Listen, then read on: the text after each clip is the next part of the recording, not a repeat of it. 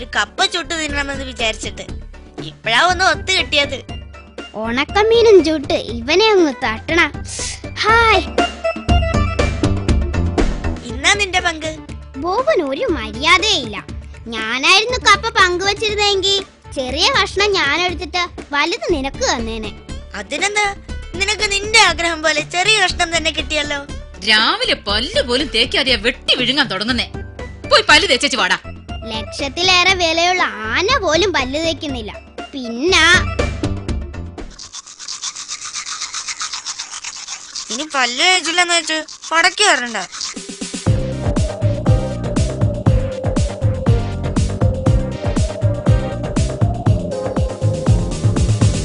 Hi, കപ്പ.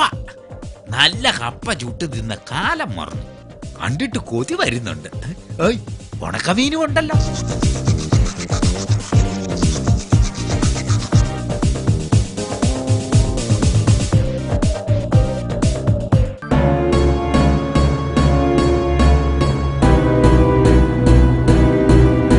മോളി, നമ്മുടെ കപ്പ ചുട്ടത് മുഴുവൻ ചേട്ടനെടുത്ത് തിന്നു തീർത്തു. അയ്യോ, മൊത്തവും തിന്നോ? മൊത്തവും തിന്നു. അത് എന്തൊരു നാണം കെട്ട ഏർപ്പാടാ. ഇതങ്ങനെ വിട്ടാ പറ്റില്ല. നമുക്കിന്ന് ചേട്ടനെ ഒന്ന് പറ്റിക്കണം.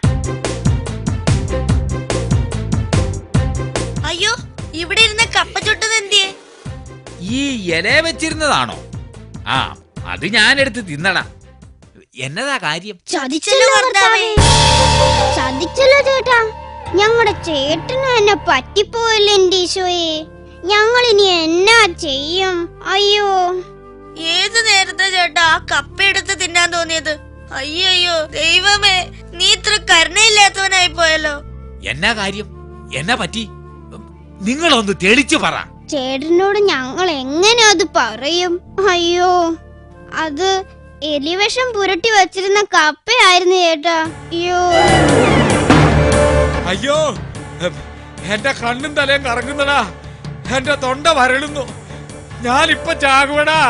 ഞങ്ങളുടെ പൊന്നു ചേട്ടൻ ഞങ്ങളെ വിട്ട് പിരിയാൻ പോന്നു. അയ്യോ കർത്താവേ, അയ്യോ. ചേട്ടന്റെ ആ തേജസ്സുള്ള മുഖം ഞങ്ങൾക്കിനി കാണാൻ പറ്റില്ലല്ലോ കർത്താവേ. എടാ, എന്നെ എങ്ങനെയെങ്കിലും രക്ഷിക്കടാ. അയ്യോ, ഞാനിപ്പൊ ചത്തുപോകുവേ. അയ്യോ, ഒറ്റമൂലിയുണ്ട് ചേട്ടാ. ഇന്നാള് വടക്കേതിലെ സാറാമ്മ എലിവിഷം കുടിച്ചപ്പം ഈ ഒറ്റമൂലി കൊടുത്താ രക്ഷപ്പെടുത്തിയത്. വേഗം കൊണ്ടുപോയി അത്. ഞാനിപ്പൊ ചാകുവേ. ഇതാ ചേട്ടാ ഒറ്റമൂലി. എന്തൊരു എരിവ, എന്റെ നാവ് പൊള്ളുന്നു. ഇതിൽ എന്റെ നാടി ചേർത്തത് കാന്താരി മുളക് അരച്ച് കാടിക്കകത്ത് കലക്കിയതാ. മൂലി കുറച്ചുകൂടി പാത്രത്തിൽ ബാക്കി ഇരിപ്പുണ്ട്. ഇരിക്കട്ടെ, നാളെ ആരെങ്കിലും വരും ഞങ്ങൾ ചുട്ടുവെച്ച കപ്പ തിന്നാൻ.